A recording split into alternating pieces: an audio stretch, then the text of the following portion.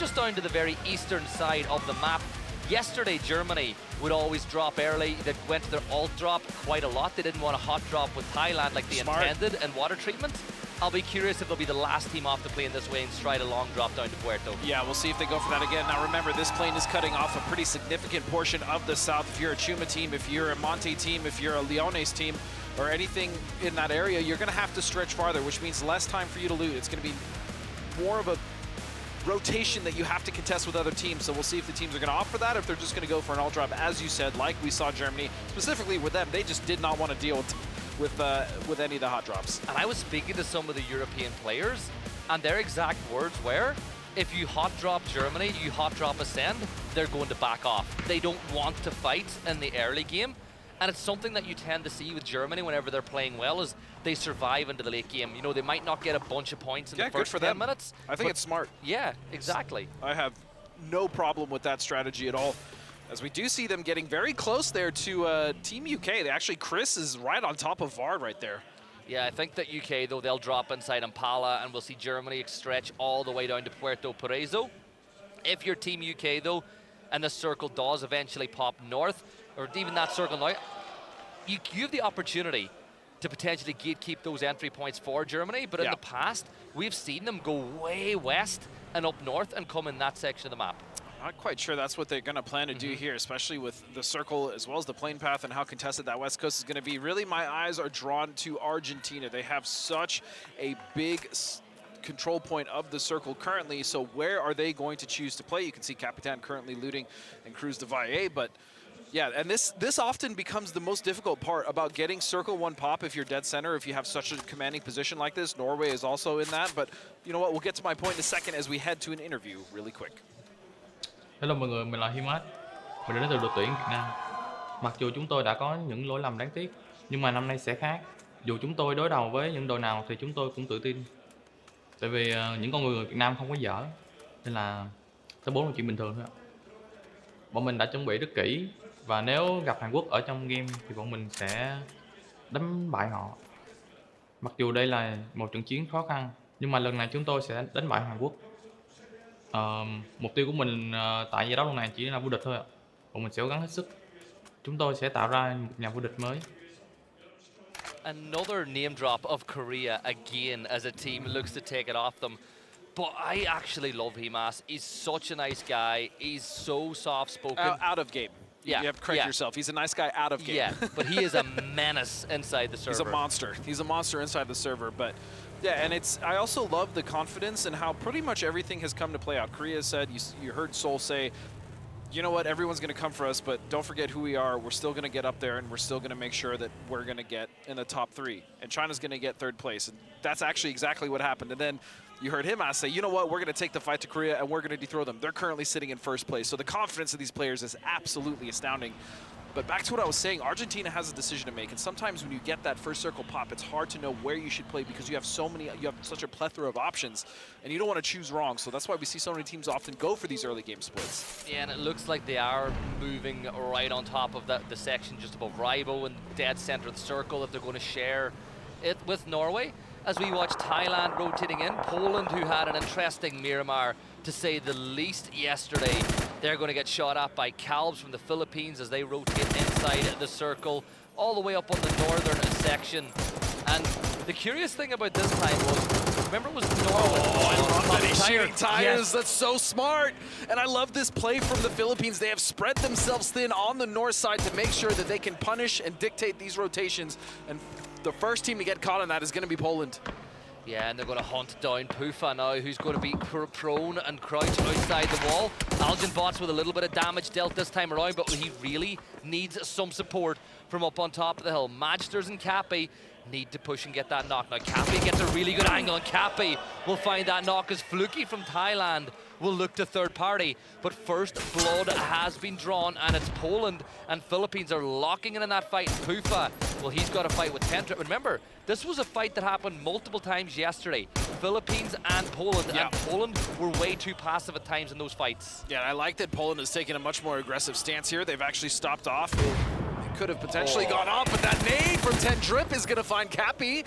And so it's now down to a 3-on-3, but the time is ticking. But that storm will come in at the best time as CJ and Tendrip will get Marslick and Pufax. This is insane. Again, Tendrip and CJ are so good as Tendrip will start closing the gap with the Sandstorm, but Magsters will find Tendrip as Poland give themselves a fighting chance. But that's that. Poland will be the first team to fall. CJ and Tendrip combining to wipe them out. Yeah, but Thailand is coming forth. They heard the shots. They had a scout up there with Fluky looking, and now they've sent Kiss and Jacob forward to try to see if there's anything to clean up. But because that happened so quickly, the Philippines have recovered. Yeah, and elsewhere, Korea are starting to surround Denmark as well. Essentially a 2-2 fight with Salute looking up over the high ground. But now Jacob will stand and wait. And you will see Algin bots go prone behind the Murado, but by popping the tires, you give yourself a chance. But good shot from CJ. And look, Jacob, he's been in this situation before. He smokes off that angle. Can't quite get the knock.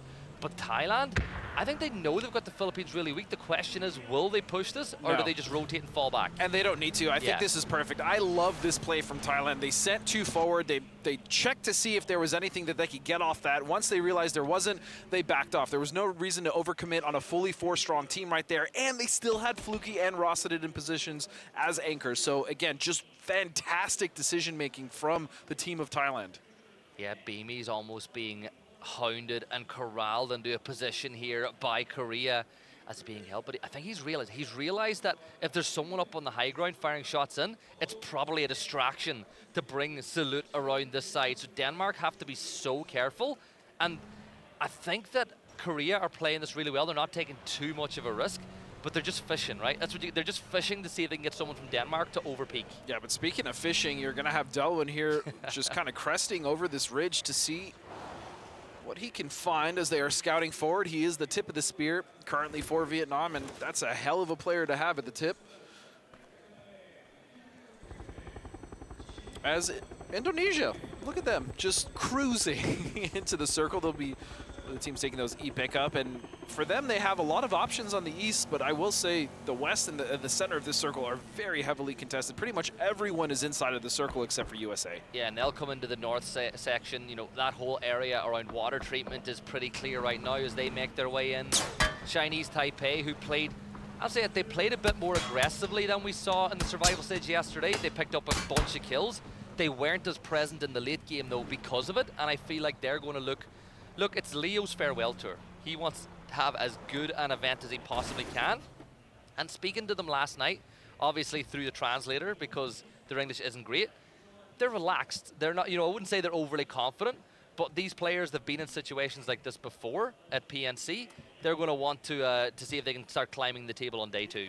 Yeah, it's going to be a difficult task, though, because of, I mean, we can already see how strong this lobby really is. I mean, there really is, we talked about it in the survival stage, there's no room for mistakes, as you're going to get punished and punished hard. You can see Brazil currently sitting in a nice split here on the west side. They're going to be just off of Hacienda, as you can see Santastico here, looking for members of Norway, and Indonesia has decided to go far east, and this is actually great. This is where we thought they would go. This is what was the most open, and they have a lot of room to work with here, especially if they do want to wrap towards the north, towards Thailand. The biggest thing about this is, A, they've found a huge pocket of space, but even more importantly than that, they should be able to get a few default spawn vehicles as well. Yes. The big risk when taking E-pickups is that you don't have the ability to move later on in the game.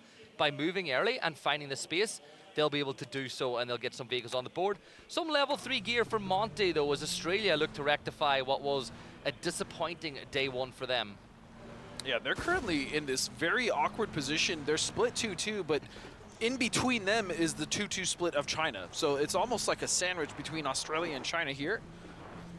We'll see how that's going to consolidate. I mean, you can even see if Australia wanted to actually meet up, they'd have to potentially even go through Brazil. So that's going to be awkward, to say the least, as we can see Tendrip now coming back. Yeah, look, he's going to go north. He's going to join his team. He'll be able to get some loot as well and get back on his feet. I think it's really important for Philippines to keep the likes of Tendrip inside the game as long as they can because of the ability he has to open up fights for them. But we've got, I would say it's a lot calmer here on Miramar than it was at this point yesterday. Yes. And I think that does come down to some VOD review, and I think it comes down to the circle we've been given as well. Yeah, the circle was, I say, was fair, but at this point now, it's cut a lot of the southern teams out. You can even see Australia there is going to have to move in. The edge now on the southwest is going to be Brazil. Denmark as well, going to be rotating right past Vietnam, and that's a dangerous rotation to make, but it looks like they are going to get out of the danger zone, at least for now. Ton Vu in pursuit. This compound, this gas station they're going in, I know the players will play it a lot. I'm not the biggest fan of it in the world because you're surrounded. Yes, the two teams on the high ground will essentially give you some cover because they'll fight with each other first, but it's really hard to get out of there if the circle shifts away. But we have ourselves another crew members of Denmark in a ton of trouble as they kept on moving by. Indonesia will pick up those kills, and it leaves Denmark as just the two from this point on, and I don't see any world where they're able to get them back and get a recall station. Nope, and that's the benefit of their early pickup. They were able to find some good space, take some control, and because of that, they cut off rotations coming in who unfortunately didn't find an air pickup. So great for Indonesia. They're going to pick up 2 off of Denmark. You still see that split, or I should say not a split anymore. It's really just a duo that's left from Denmark, and they're going to be at that gas station that you were just talking about. Yeah, they need to just maximize the points they can get as a 2 from this point, try survive as long as they can. But Argentina getting very close to Vietnam. Danger close, one would say, as Delwyn takes a couple of tags of damage from that MK, but Emmy will fall back into cover, realizing that his position isn't the best in the world for that fight. And not only that, when there's one, there's usually more. So he's going to fall back now, keep the vehicle safe, as we see that Germany rotate, and they're playing right on the edge of this circle, just staying out of trouble, exactly how we anticipated Germany to play. This is very much an ascend style of play. It does work for them. They're able to get points in the late game, so again, it's not surprising to see that. What really is going to be an issue is for all of these teams on the south, we can almost assume that this is going to go probably north of that Death Valley we talked about in that survival stage when we saw Circle end here, and that's going to cause such a cluster in the middle for so many teams to try to get past. You can see Vietnam there, Argentina, Indonesia is currently set up there. You still have the duo of Denmark.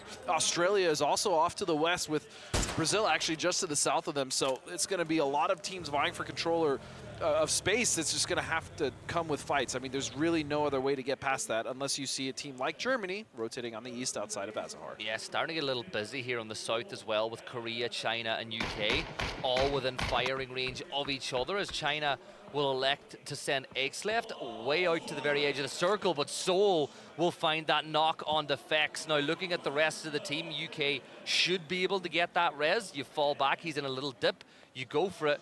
But I'm looking at it, right? Indonesia in a fantastic position. Vietnam, your lobby leaders, in the center of the circle right now as well.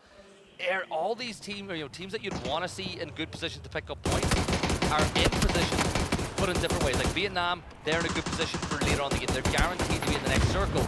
Korea, though, they're going to be in fights. Yeah, Korea is going to have to fight this one for sure. From the south, unless they opt for a far eastern wrap, if they can see that option available. We did see Seoul take out Fex, right, or at least knock him, so they are aware that that's going to be Team UK.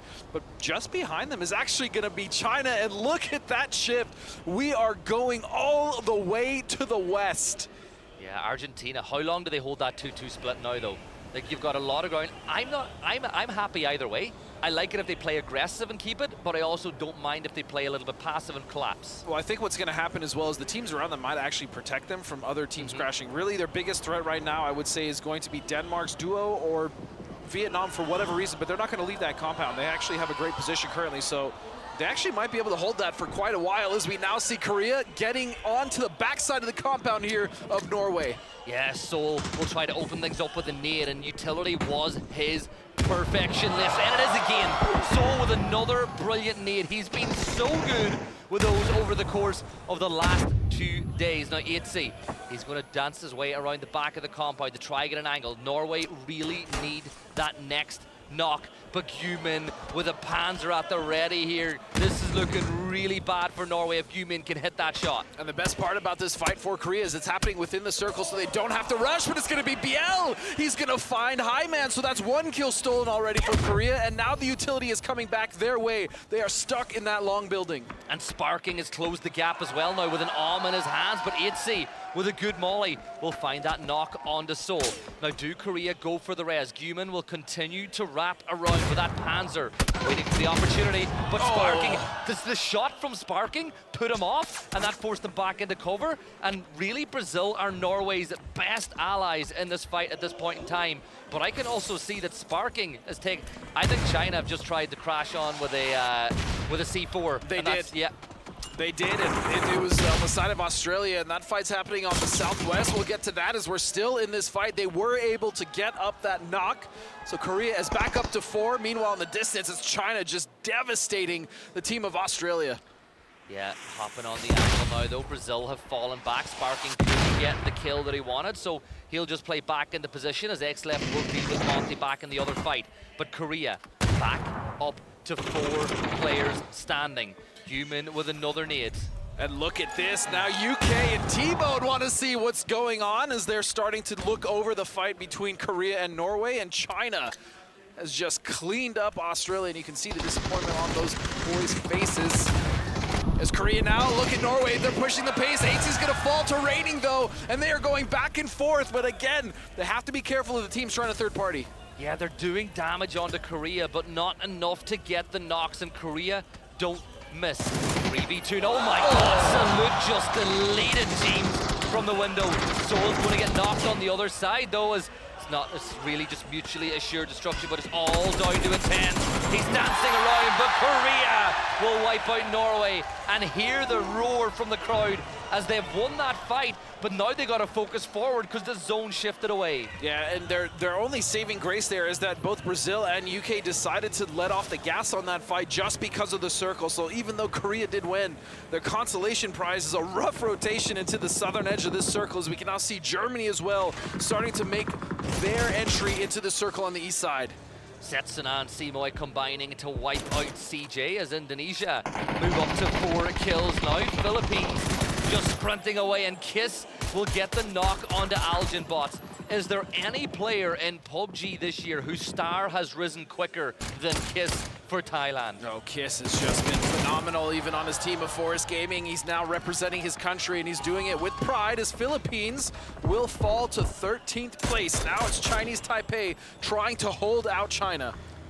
Yeah, China rotating through Chinese Taipei. The nade's going to get thrown. Is it good? It's going to go just a little bit too far behind as XLeft will move on by. So Chinese Taipei not getting a knock onto China, but Savior might get the opportunity, but USA will find that one from afar. So USA not too far away. Look, USA guarding that recall system. I absolutely love it. I'm so glad you mentioned that. They are fighting around that system, making sure nobody else will not only get the res, but that's actually such a strong position in the circle on that west side, divided by the road. They have all the high ground there to work with. This is phenomenal for USA. Yeah, they should be able to flush out Savior now too, but Korea and UK within touching distance. And Salute once more will just delete Vard. He will crawl back towards Michael. Michael will stay on his feet in the fight until T-Bone can get into a position to provide some cover, or else, no, he's going to pick him up. He's going to put him in the back of the truck maybe and fall back. And interestingly enough, Korea not getting aggressive off that knock. They're using it to reposition and get into a better position for the fight a little bit later on. Yeah, because what waits ahead for them if they are able to get rid of UK is going to be Vietnam, as they are right next to Fex. He's the only one in the circle as the other 3 members are trying to recover here. Leo's going to find XLeft in the distance, and Kickstart is going to find a nade knock on to Malrush, but a trade from Leo. He's going to find Alo. Yeah, quick double tap there from Leo. Gets the knock onto Alo as Shrimzy will do a little bit more damage. Savior still inside the shack. No BZs there to help him out as Brazil bring the fight. BL with a great nade on the little goes on. Hemas steps up, gets the knock onto Vard, and Vietnam now bringing the pressure to Team UK. Michael took a ton of damage, as it did Fex, but even more good nades. Tanvu gets another knock, and this should be a third. UK is in so much trouble. The last member is going to be T-Bone. He stretched out to fight Korea to make sure they weren't able to third party this, but it doesn't even matter, as Vietnam is going to clean up what's left of the UK. It's just down to T-Bone. He will fall as well. And Vietnam get knocked onto Korea too. And this is huge for Vietnam. They can bring the fight to Korea now as the closest rivals and not worry about getting into the zone just yet. So keep an eye on that. Brazil did fall at the hands of China. And it looks like Argentina have extended out towards Korea now as well. And Argentina needs to get as aggressive as possible. They need these points and they need to get rid of Korea and then push the fight towards Vietnam. But that is a tall order as these are the lobby leaders currently. Xavier gets a knock onto Alo as well as Chinese Taipei doing serious damage onto the USA. Very serious. 3 members down now, they're trying to get a res, but Chinese Taipei fighting back. Argentina will have to go up against 2 members of Korea now. Raibo will get the knock onto Salute. It's just 1 player standing. Yumin, the man of the tournament yesterday.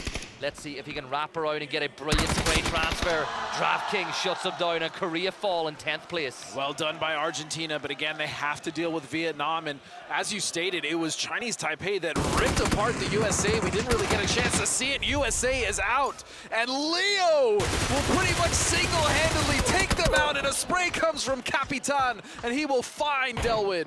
The retirement tour continues for Leo as they wipe out USA, but China are now focused that way as Leo will fall. But Argentina, they get the knock, they get a flush onto Vietnam, and now they're going to put more pressure.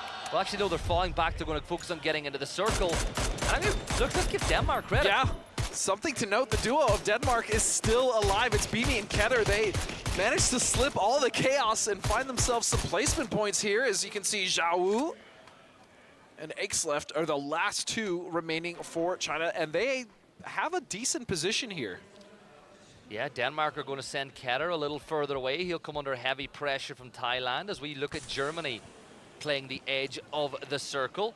Wonder now if Teddy has got enough utility to throw this way.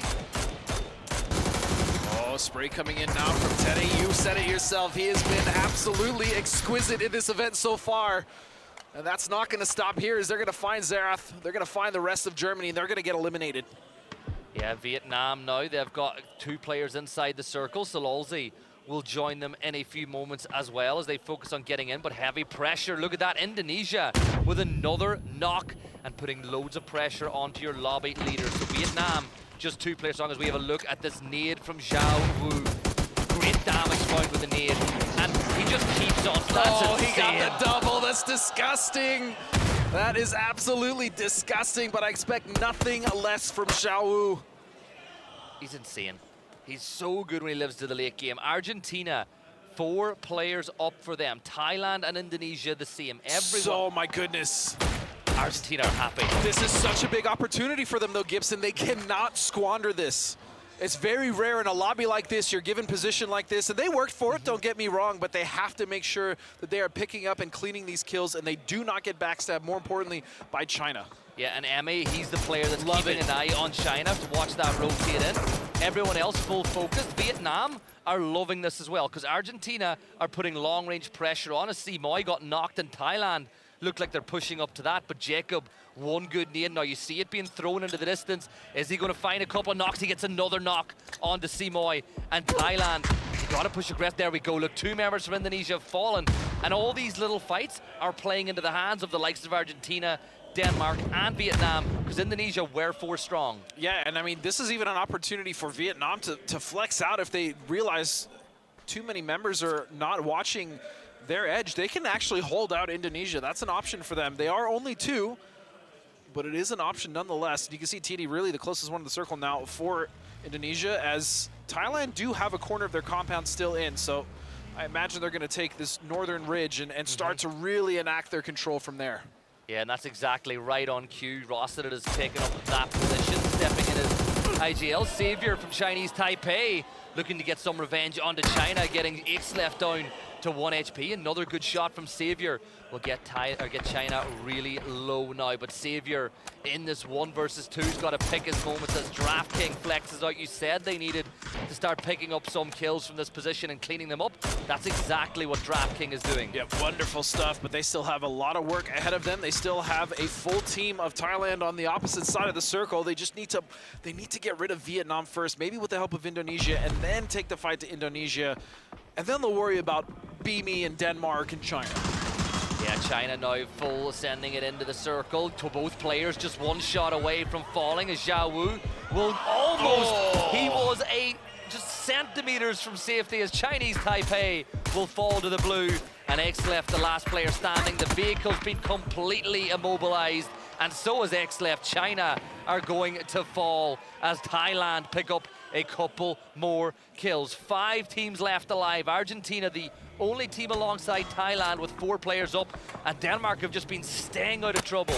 And we're just waiting to see what the circle does at this point. You can see Argentina are holding their ground strong. Beamy maybe coming over to take a peek and see what's happening. He does see Emmy. He's going to take some shots, but he's not going to find the mark. Meanwhile, it's going to be Thailand now that are starting to move and flex about to the east. As you can see, Denmark has been eliminated.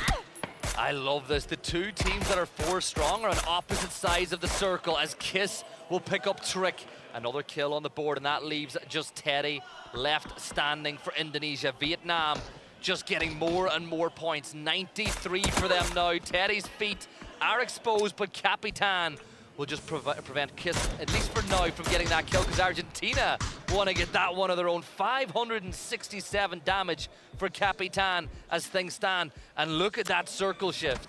Yeah, the problem, though, is even though they are 4 alive, they have to deal with the shack that Vietnam has, and you can see that there's a window they can see out of if that's not adequately covered. You can even see a deployable cover in there. If that's not covered, that's going to be a rough run down for Argentina, because it's not just Vietnam that's going to be looking at them. It's also going to be Thailand. And that's such a hard position to push, right? Because if you try to take Vietnam out by crashing that spot, Thailand or Argentina are going to put pressure on. It's perfect for Vietnam. It's so good.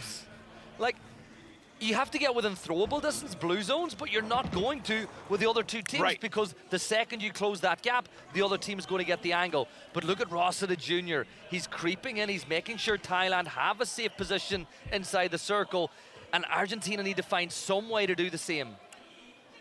See what they decide to do, and you can see there's indecision here. They're trying to figure out what their path inside the circle is going to be. Their edge that they have is just way too open for them to get anything off of it. So this is going to have to be a play where they maybe stretch out off of a knock. But I love this position as well from Jacob and Fluky. They're making sure that if there was a Western wrap, oh, here we go, it gets thwarted. But the C4, and here comes DraftKings. Is he going to go straight for the shack? It looks like he is, and is he going to make it there? He will! That's a suicide mission, but it's good enough if he can just get the knock and a taboo, and he does! He gets them both! Oh, I think Kiss actually got one onto Himas, but great from Argentina. But now it's a 3 versus 3. You've got 1 knock, but I think they should be able to get back up to a full 4, and they do. But now Argentina, yes, they lost a player, but look what they've just secured for themselves. And I think Capitan's going to try to get a crate. You know what? That was worth DraftKings' life. Sure enough, they get the position, but they're not out of it yet. This is a 3-on-4, and now you can see that Thailand have made it inside the circle. They now have room to play with Fluky and Jacob. Yeah, Capitan now. His position's going to be known. He made a lot of noise moving here, but he's got the benefit now of a fresh 3 vest, a fresh 3 helm, and a Groza, which absolutely shreds players. Thailand staying pretty close together. Emmy up on the high ground. Rossiter trying to keep the smoke down to make sure that Emmy cannot get that angle in the late game. But Rybo, he's the insurance plan for Argentina as things stand. 110%. You can see Argentina with 7 kills now. This would be a huge boon if they can finish off this game with a win. Picking up all these kills from Thailand, but you can see Capitan has now given his position away. And look at this, Rossiter is wrapping around. They know that Capitan's got the angle. Capitan does a ton of damage onto Jacob and finds the knock. 3 versus 3 now as Emmy is temporarily fight. Capitan once more will find Fluky as Argentina are bringing the fight to Thailand. But Rossiter, this is the fight right here. This is the big one. Emmy spots him out. That's huge. That's going to be communicated, but it doesn't even need to be because Emmy will find Rossiter Jr. as well. And what a play off of the C4. It is now 3v1 for the team of Argentina. And they know where Kiss is, but Kiss is one deadly demon in the server. He gets the knock onto Capitan, damages Rybo, and he's going to try to secure as many points as he can for Thailand. He's going to believe he can still win this, but you got to pick up as many points as you can just in case you don't get over the line. This nade could be the big one here as he tosses it up over towards Rybo, but he heard it, Rybo's going to confirm out another kill, as does Emmy. Yep. In this 2v1, though, you still can't rule out Kiss. Yeah, great job getting those kills secured now. Is Rybo going to go for Capitan? That's the question. Emmy, with the possibility to cover, you can see Kiss now. He wants to make sure he denies this res, but there's just not much he can do. As you can see, more cover falling from the sky. Yeah, he's pinned, right? The blue zone's going to be at his back in a few seconds. He's got to step in a little further. Emmy is preventing him from getting close enough to do any real damage of note. So for Kiss, look, we all know that in reality, Argentina should win this game. And I like the way Argentina now, they've got all three players back on their feet. They're all holding different angles. There should be no way that Kiss gets out of this position. The only way Kiss wins this is if Argentina messes up and they give him 3 isolated 1v1s. Otherwise, this should be them closing out. They have center dot, they have everything, but a spray from Kiss! That could ruin it, and a headshot will land on the rebound, but no! Argentina will shut them down and take a much-needed victory in match number 7. What a hell of a game to start the day off. And how good was that from Emmy on the southern side of the circle, but on the high ground.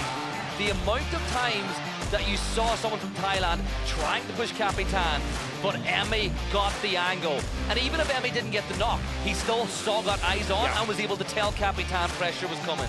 That, man, I can only imagine how the players feel. I need a break after that one. What an absolutely incredible game. It slowed down at the start. As you said, it wasn't as breakneck as we saw in the previous day on the starting day of this lobby, and that makes sense, right? These teams went back.